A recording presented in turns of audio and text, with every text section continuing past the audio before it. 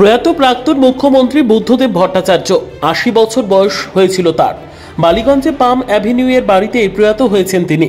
রেখে গেলেন স্ত্রী ও এক সন্তানকে। দীর্ঘ ৫ দশকের রাজনৈতিক জীবন।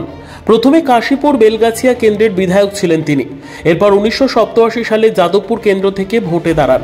২০১১ সাল পর্যন্ত টানা এই কেন্দ্রের বিধায়ক ছিলেন বুদ্ধবাবু। ১৯৪৪ সালের ১ মার্চ কলকাতায় বুদ্ধদেব ভট্টাচার্যের জন্ম। কবি সুকান্ত ভট্টাচার্য তার কাকা। আজীবন বামপন্থায় বিশ্বাসী এই মানুষটির রুচিবোধ নিয়ে এখনো চর্চা হয়।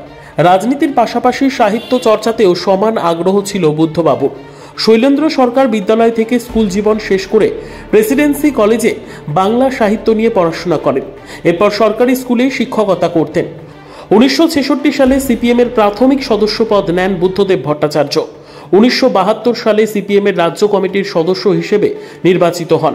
১৯৭৭ সালে বিধানসভা ভোটে প্রথমবার লড়াই। ২০১১ বিধানসভা নির্বাচনের আগে পর্যন্ত সেই জয়যাত্রা অব্যাহত থেকেছে। রাজ্যের বিভিন্ন দপ্তর সামলেছেন তিনি। তথ্য সংস্কৃতি দপ্তর থেকে পর্যটন, নগর উন্নয়ন, কখনো পূর্ণমন্ত্রী, কখনো আবার সাময়িকভাবে সামলেছেন দফতর। ১৯৯৬ সালের পর স্বরাষ্ট্র দপ্তরের মন্ত্রী ছিলেন বুদ্ধদেব ভট্টাচার্য। ১৯৯৯ সালে ডেপুটি মুখ্যমন্ত্রী হন তিনি। জ্যোতি বসু অবসর নেওয়ার পর ২০০০ সালে মুখ্যমন্ত্রী পদে বসেন বুদ্ধবাবু। বাংলায় ৩৪ বছরের বাম রাজত্বের শেষের ১০ বছরের মুখ্যমন্ত্রী তিনি।